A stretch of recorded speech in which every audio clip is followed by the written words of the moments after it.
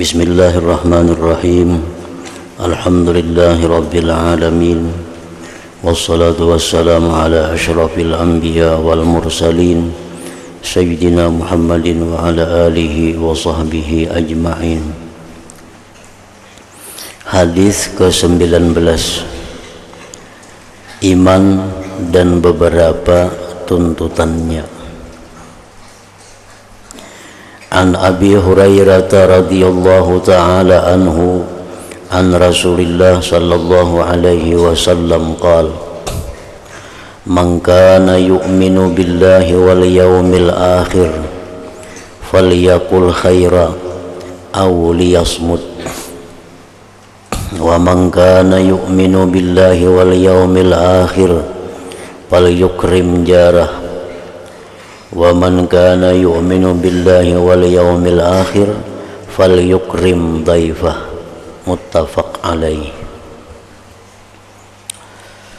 Artinya daripada Abu Hurairah radhiyallahu ta'ala anhu, berkata Abu Hurairah, Rasulullah sallallahu alaihi wasallam bersabda,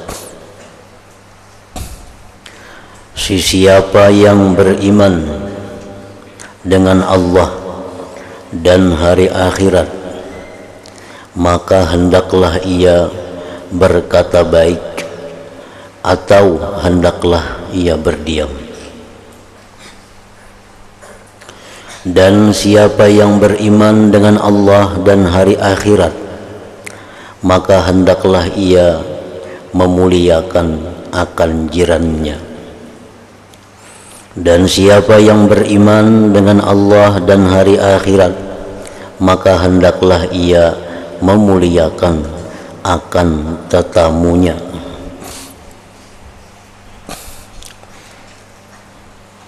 Dalam hadis ini ada 3 pasal yang ditegaskan Rasulullah sallallahu alaihi wasallam terhadap orang-orang yang beriman dengan Allah dan hari akhirat. Yang pertama, beliau menyampaikan bahwa hendaklah berkata-kata dengan kata-kata yang baik. Kalau tidak, maka hendaklah berdiam. Kata-kata yang baik itu adalah kata-kata yang mendatangkan manfaat atau kata-kata yang mendatangkan pahala kebaikan. Sebab di dalam sebuah kalimat, dalam sebuah ucapan, ada yang pasti bermanfaat. Maka itulah yang kita disuruh untuk melakukannya. Ucapan atau kalimat yang nyata-nyata bermanfaat, yang nyata-nyata baik, seperti mengucapkan kalimat-kalimat thayyibah, zikir, salawat, membaca Al-Quran, membaca kitab-kitab agama. Nah, itu disebut dengan ucapan yang baik. Nah, bila demikian, maka ucapkanlah.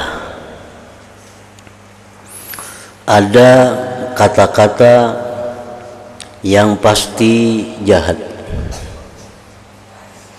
Ada kata-kata yang pasti jahat. Kata-kata yang pasti jahat itu adalah kata-kata yang dilakukan, yang bila diucapkan mendatangkan dosa. Seperti kata-kata dusta, seperti kata-kata atau ucapan yang menyinggung, menyakiti orang lain. Nah, ini kata-kata yang nyata-nyata mudarat, nyata-nyata membawa dosa, maka itu hendaklah dijauhi. Yang ketiga, ada ucapan yang bisa membawa manfaat, bisa membawa mudarat. Ada ucapan yang bisa membawa manfaat, bisa membawa mudarat. Nah, dalam hal seperti ini kita disuruh hendaknya tidak usah mengucapkan itu. Yang keempat, ada kata-kata yang membawa manfaat kada, membawa mudarat kada.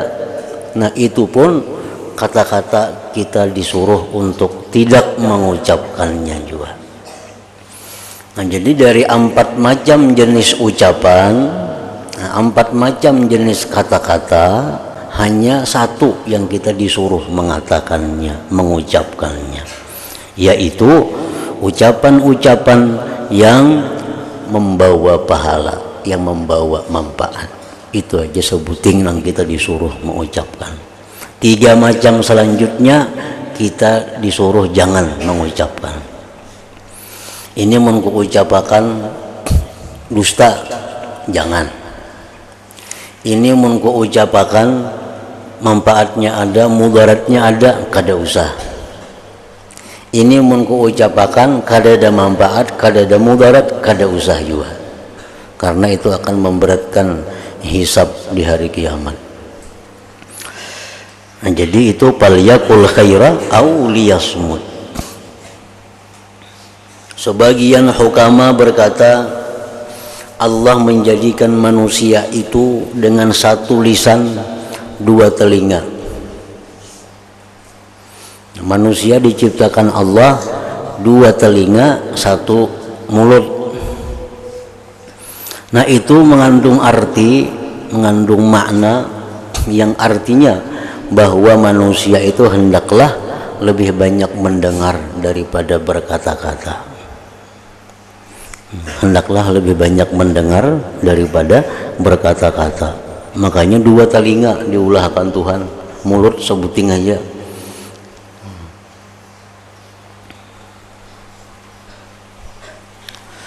Imam Ali karramallahu wajhah pernah berpesan kepada anak beliau Sayyidina Al-Hasan. Ujar Sayyidina Ali, wahai Hasan, wahai anakku, ya bunayya, amsik alaika lisanak, fa inna itlaqal mar'i fi mantiqih.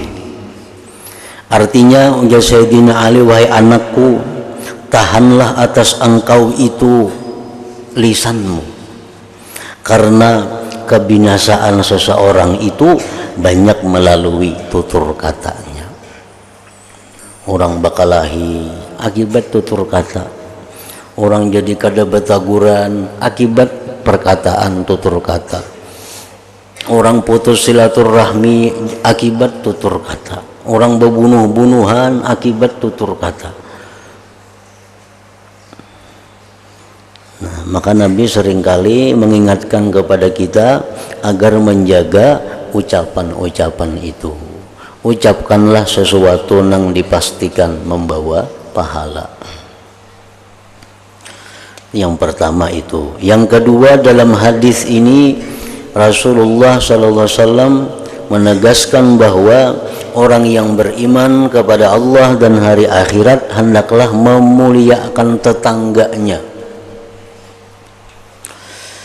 Memuliakan tetangga. Tetangga itu ada 3 macam. Nang bangaran tetangga. 1, nangaran tetangga itu as-sakin ma'a ghairih fi baitin wahid. Orang yang berdiam beserta orang lain dalam satu rumah, satu ruangan. Itu jiran. Jiran akrab yang paling dekat. Orang lain nang serumah, nang seruangan dengan kita, itu jiran. Kayak jam sakamar ada 10 orang, ada 12 orang. Nah, 12 orang tuh satu dengan yang lain adalah jiran yang paling dekat. Yang kedua, nangaran jiran itu wa alal mulasik, orang yang berhimpitan sebelah rumah yang bahalat tawing, sebelah kamar, itu jiran juga. Kayak bidak, biasa kan rumah-rumah bidak tuh bersusun, ada 10 buah kamar. Nah, itu jiran mulasik ngarannya. Ada yang ketiga, jiran ini adalah yang 40 buah rumah ke muka, ke belakang, ke kanan dan ke kiri. Itu jiran juga ngarannya. Nah, tuntutan agama terhadap memuliakan jiran ini sangat kuat. Tuntutan agama terhadap memuliakan jiran ini sangat kuat.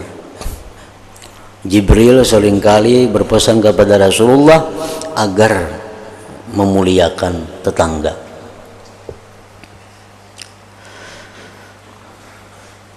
Berbuat baik kepada tetangga itu pahalanya lebih besar daripada berbuat baik kepada yang bukan tetangga.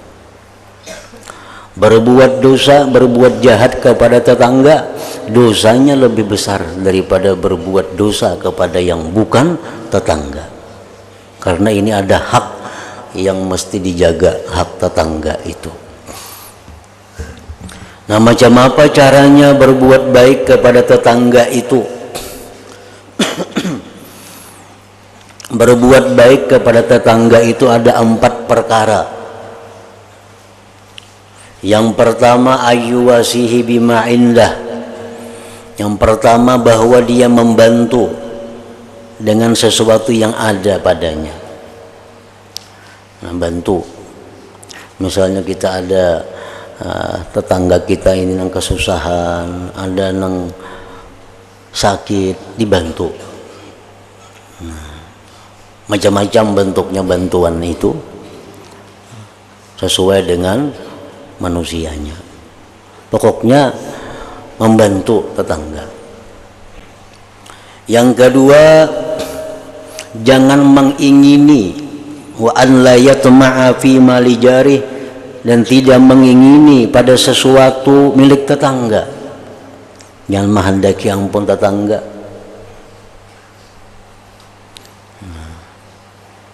Jangan hendak seinjam-injam lampuninya.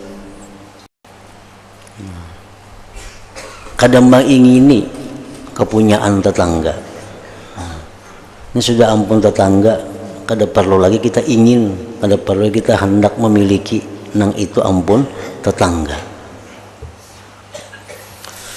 Yang ketiga, bahwa dia tidak menyakitinya, tidak menyakiti tetangga, baik dengan tutur kata, baik dengan tingkah laku, baik dengan apapun.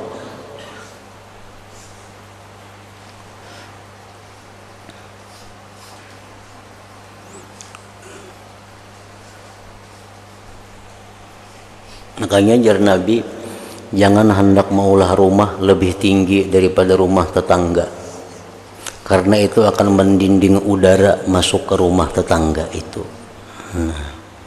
Jangan ajar Nabi membangun bangunan rumah lebih tinggi daripada rumah tetangga, karena itu mendinding udara masuk ke rumah tetangga itu. Karena itu menyakiti. Tanaman-tanaman di sekitar rumah kita jangan ada nang daunnya itu mahamburi halaman tetangga. Itu termasuk menyakiti. Nah, kita memasak masakan nang baunya keciuman tetangga, tetapi kita kadang memberinya, itu menyakiti.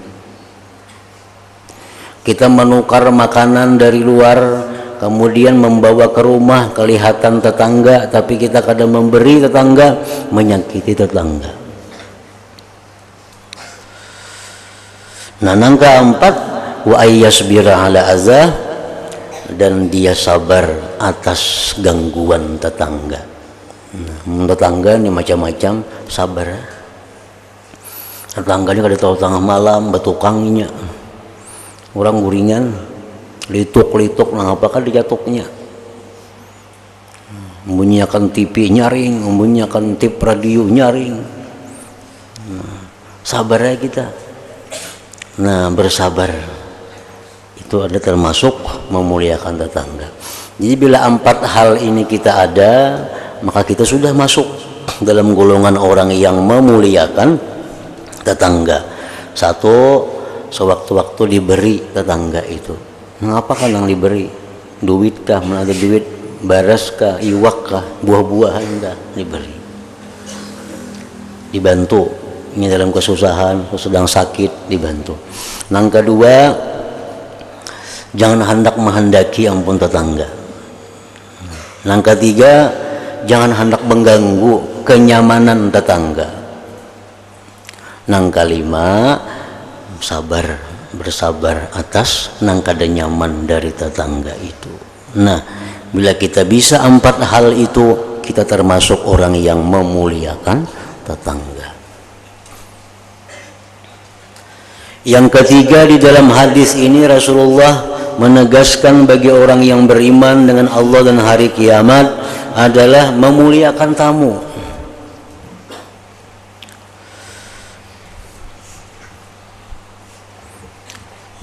Memuliakan tamu. Memuliakan tamu itu ada beberapa macam bentuknya. Satu, memuliakan tamu itu al-bishru fi wajhihi. Ada kegembiraan di wajahnya. Nah, ini ada tamu datang, ini kegembiraan ada di wajah kita. Jangan merangut tamu itu datang. Ini tamu datang takurihing kada mau merangut. Nah, itu ngarannya kada memuliakan tamu. Begitu tamu itu sudah masuk ke rumah kita, kita hadapi dengan wajah yang manis. Satu. Yang kedua, memuliakan tamu itu berkata-kata yang baik dengan tamu. Jangan sampai tamu ini tersinggung, jangan sampai tamu ini terpukul. Misal kita bebandir apa lawan tamu sehingga tamu jadi kada nyaman. Nah, bertutur kata yang bagus dengan tamu itu. Yang ketiga, menyilahkan dia duduk. Suruh duduk. Duduk sini. Nah, duduk, menyuruhkan duduk. Sebab tamu itu wajib bagi tamu itu duduk di tempat yang disuruh ampun rumah duduk. Itu ingatakan bila menamu ke rumah orang, yang rumah duduk sinilah, sini aja ginjar, nak ada boleh itu. Tamu itu wajib itu artinya berdosa mungkin dilaksanakan. Bila kita ke rumah orang, kita wajib duduk di tempat nang disuruh ampun rumah duduk. Yang hendak kada mau, ampun rumah sini duduk yang mana? Coba pergi sini jar. Jangan kayak itu. Kenapa sebabnya? Karena ampun rumah itu menyuruh kita duduk di satu tempat itu ada maksud, ada tujuan. Nah, menduduk di situ mungkin dapurnya kelihatan, menduduk di sini mungkin anak bininya kelihatan. Nah, menduduk di sini aman. Nah, dia ampun rumah duduk sini aja ampun rumah. Nah, duduklah kita di situ.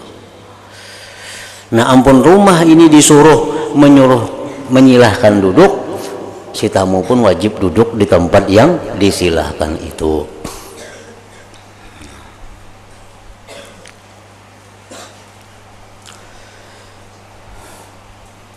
Yang keempat, memberikan hidangan kepada tamu. Tamu itu mesti disurungi dengan sesuatu yang ada padanya. Dengan sesuatu yang ada padanya. Kalau diwajibkan pang kita mencari makanan yang ada di rumah, makanan yang ada di rumah aja, ada teh aja surungi. Kebetulan ada wadah ini ada perlu abut ke situ kemari, itu ada disuruh, itu hanya sebagai keutamaan aja. Kita diwajibkan dengan tamu itu menghidangkan makanan kepadanya, makanan yang ada padanya. Mencarikan keluar yang nyaman, nah itu keutamaan bukan kewajiban si ampun rumah. Nah, yang kelima, memuliakan tamu itu adalah lagi melepaskan dia dengan lemah lembut dengan baik. Nah, begitunya anak bulik tuh. Nah, jadi itulah rangkuman dari 3 hal dalam hadis Nabi ini. Siapa yang beriman kepada Allah dengan hari kiamat, berkata-kata yang baik, mengkada-kawan yang baik, berdiam. Yang kedua, muliakanlah tetangga. Cara memuliakannya kayak tadi sudah. Dan lagi muliakanlah tamu. Cara memuliakan tamu ya kayak tadi juga.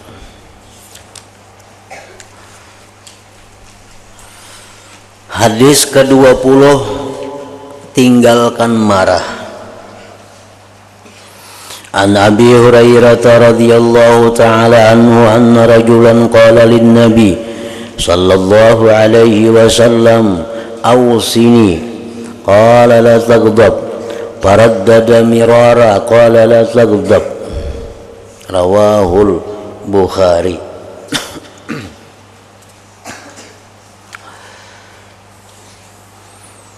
Artinya daripada Abu Hurairah radhiyallahu taala anhu berkata bahwasanya seorang laki-laki berkata kepada Nabi sallallahu alaihi wasallam, beri wasiat ulihmu akan daku. Wahai Rasulullah, nasihati ulun. Lalu baginda Rasulullah bersabda, jangan engkau suka marah. Jangan engkau suka marah. Lelaki itu mengulangi lagi pertanyaan seperti itu beberapa kali. Lain pada itu pang, apalagi wahai Rasulullah. Ujar Nabi, lain pada itu jangan marah. Lain pada itu pang, apalagi wahai Rasulullah, jangan suka marah. Nabi kita mengulang-ulang dengan jawaban yang satu. Mungkin Nabi tahu ini orang pemarah. Jadi amalan yang paling baik adalah jangan pemarah.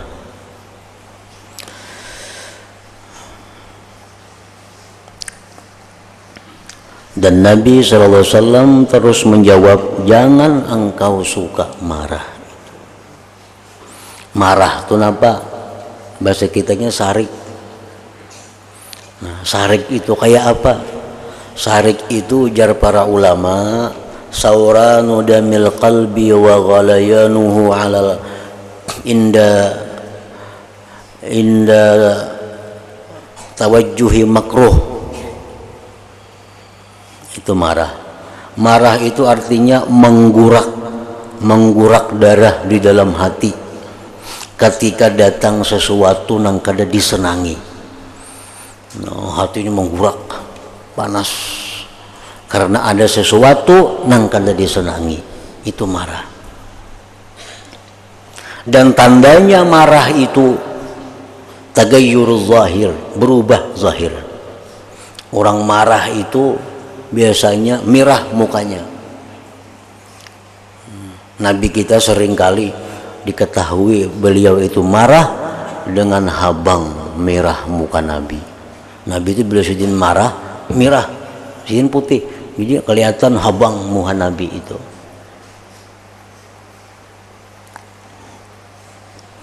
Tandanya marah lagi apa? Ar-ri'adatu fil atrab. Nah, menggitir awak. Itu marahnya. Tanda-tandanya itu habang dulu muha. Bila kada kasandangan lagi, ia menggitir awak. Daripada saking mengguraknya darah di dalam hati itu, nah awak menggitir. Tandanya marah lagi, kubuhus surah, jahat rupa. Bicaramin orang sarik itu kada bungas lagi. Orang tuh bungas, sarik inya kada bungas lagi. Kalau bungas pada hulu sarik pulang maginnya lagi. Ini nang bungas nih sarik ada bungas lagi. Itu tanda marah. Nah, marah ini bukan semuaan marah tercela. Ada marah nang disuruh. Marah nang disuruh itu ngarannya al-ghadab billah. Marah pada Allah. Artinya marah pada jalan Allah. Contohnya kayak apa? Anak kita, nak sembahyang, kainagin sembahyang, kainagin, sarik kita tuh. Nah ini marah fillah. Itu disuruh kita marah. Marah yang dipuji itu adalah marah yang disebut mahmud, marah yang terpuji. Izan tuhikat hurumatullah, bila dilanggar kehormatan Allah. Nah itu marah disuruh. Lawan bini, lawan anak, lawan pembantu-pembantu kita. Nah, lalunya ada melanggar hukum-hukum Allah. Kan kada baik kemanya makai baju itu kada boleh. Sekali-sekali jauh manya umpamanya. Sekali-sekali kada bapak juga kalau kada boleh. Tak rabitnya bajunya. Nah kayak itu maka. Karena baju itu baju yang diharamkan Tuhan memakai. Baju yang dilarang Allah memakai. Nang laki itu mesti marah. Bila kada marah dapat dosanya. Ar-ridha bil maksiat maksiatun. Setuju dengan maksiat walaupun seorang kada manggawi ya maksiat juga karena katuju. Itu marah nang terpuji. Siapapun yang bila ada melanggar hukum Allah lalu hati kita ini jadi menggurak. Nah itu bagus berpahala itu. Itu marah nang berpahala. Adapun marah nang tercela itu adalah marah tercela, marah nang kada urusan lawan Allah Ta'ala, urusan lawan kita pribadi. Nah ini marahnya tercela. Nang kada kakaruan sarik. Ambilan pang banyu di rumah nih. Jadi nang bini mambilakan banyu lambat. Bini mangnya sedang menjarang banyunya. Datang matar banyu. Kemana cari banyu ke pantai situ kamu mencari. Mana orang disuruh mulhakan banyu terlambat menyarik pulang. Nah ini sarik nang tercela ngarannya. Ini nang jar Nabi nang lata gedap, jangan marah.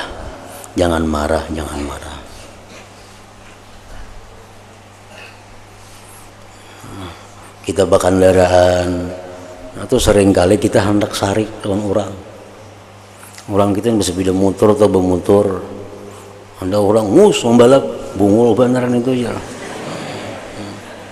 Mendengar kada orangnya kada mendengarnya motor lain. Nah itu orang pemarah ngarannya. Itu nang jar Nabi jangan marah. Kada ada hubungannya lawan Allah Ta'ala. Marah tuh kita disuruh, marah itu baik bila dilanggar hukum-hukum Allah.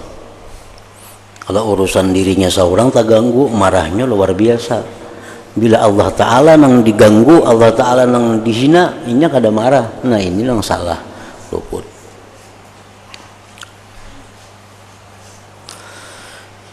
Hadis ke-21, jangan mensia-siakan keparduan dan jangan mengerjakan yang haram.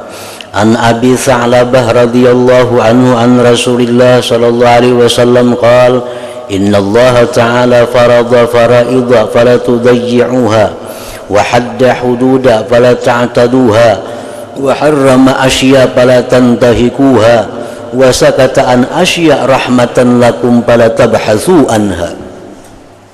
Rawahu Daraqutni bi isnadin hasan. Artinya daripada Abu Tha'labah radhiyallahu taala anhu daripada Rasulullah sallallahu alaihi wasallam baginda bersabda, sesungguhnya Allah Ta'ala telah menentukan perkara-perkara yang fardu, sembahyang, puasa, bayar zakat, berbakti kepada orang tua. Maka jangan kamu mensia-siakannya.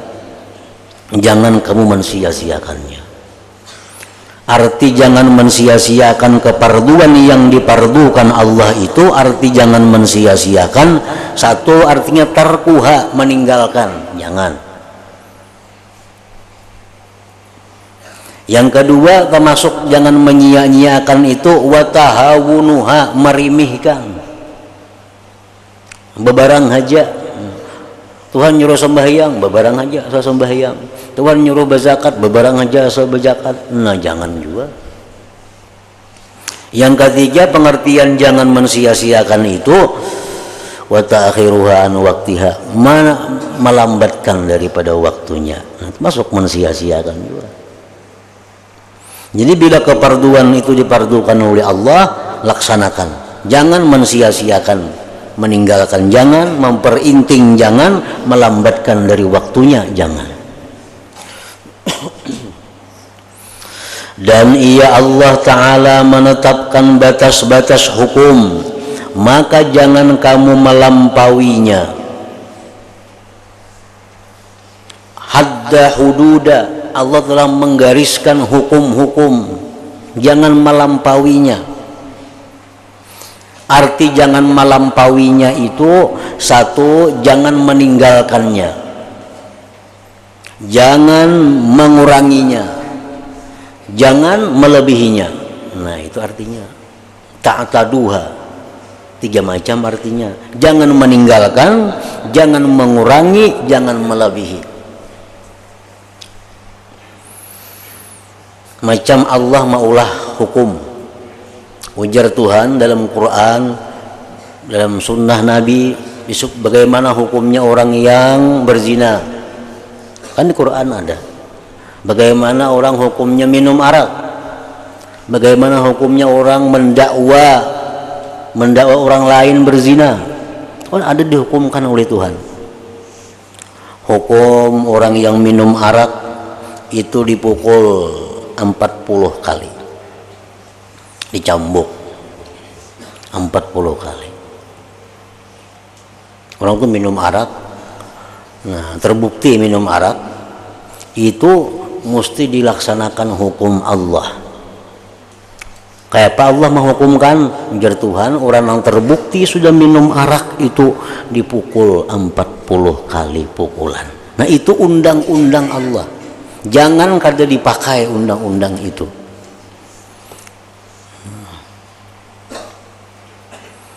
Orang-orang atau ini hukum-hukum tergantung dengan negara, kada dengan perorangan manusia, kada negara. Negara-negara yang memakai melaksanakan hukum Allah itu pasti negara itu makmur. Pasti. Kenapa satu bangsa, satu negara itu susah? Kenapa satu bangsa, satu negara itu terjadi permusuhan, perang saudara? Kenapa satu bangsa itu sulit mencari makanan? Kenapa satu bangsa itu sulit mencari bahan bakar? Salah satu penyebabnya adalah di negeri itu kada dilaksanakan hukum Allah. Itu sudah jelas.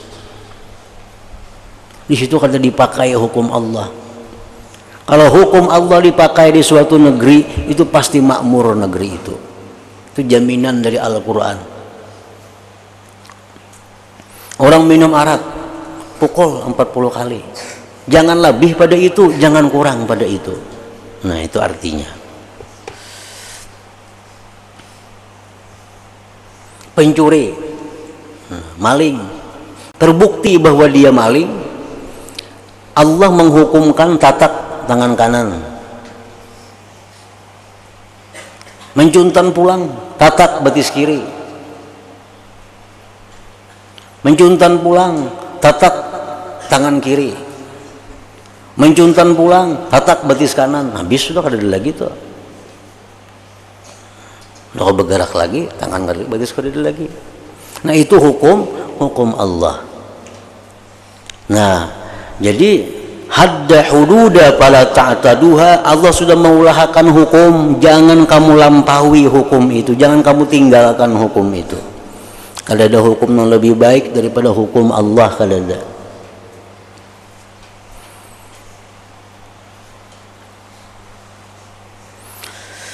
Dan ia telah mengharamkan beberapa perkara, maka jangan kamu melanggarnya. Sudah jelas, minum arak, perzinahan dan lain-lain dilarang, jangan dilanggar-langgar itu.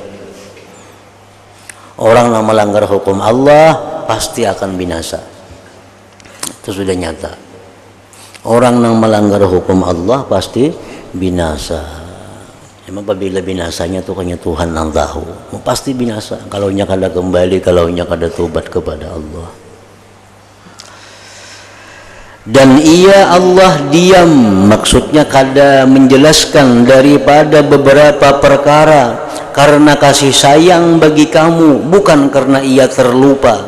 Maka jangan kamu mencungkil-cungkil masalah tersebut. Ada yang secara jelas Allah menghalalkan, ada secara jelas Allah mengharamkan, ada nang kada dijelaskan Tuhan. Nah itu jangan dicari-cari, jangan dicari-cari. Sesuatu yang kada dijelaskan oleh Allah itu berarti boleh, berarti boleh. Nah, ya Tuhan kain ini haram, kain ini halal. Nah ada yang kada dijelaskan oleh Tuhan, bukan Tuhan lupa kada, itu Tuhan rahmat, memberi kesayangan rahmat kepada kita. Artinya yang kada dijelaskan Tuhan itu termasuk boleh, jangan dicari-cari hukumnya. Nah, kayaknya mungkin cungkil-cungkil cari-cari bisa kada boleh jadinya. Allah menyuruh kita belajar hukum, kita pelajari hukum. Allah kada menyuruh kita ini menggali rahasia dalam satu hukum itu kada disuruh Tuhan. Jangan digali-gali hukum Allah itu, karena itu Allah menghukumkan sudah pasti baik. Nah, jadi dan dia Allah diam daripada beberapa perkara karena kasih sayang bagi kamu, bukan karena ia terlupa. Misalnya Tuhan babi haram, kan? Anjing haram, ayam halal. Nah ini halal. Ada binatang-binatang yang kada disebutkan halal itu artinya ada perlu dicari-cari lagi hukumnya. Bukan Allah kada ingat menyampaikan itu kada. Yang penting nang disuruh Allah laksanakan dengan baik, nang diulahkan Tuhan hukum jalankan dengan baik, nang dilarang Tuhan jauhi. Itu nang mana kada dijelaskan Tuhan jangan diurusi, itu artinya boleh. Nah kemudian hadis yang ke-22.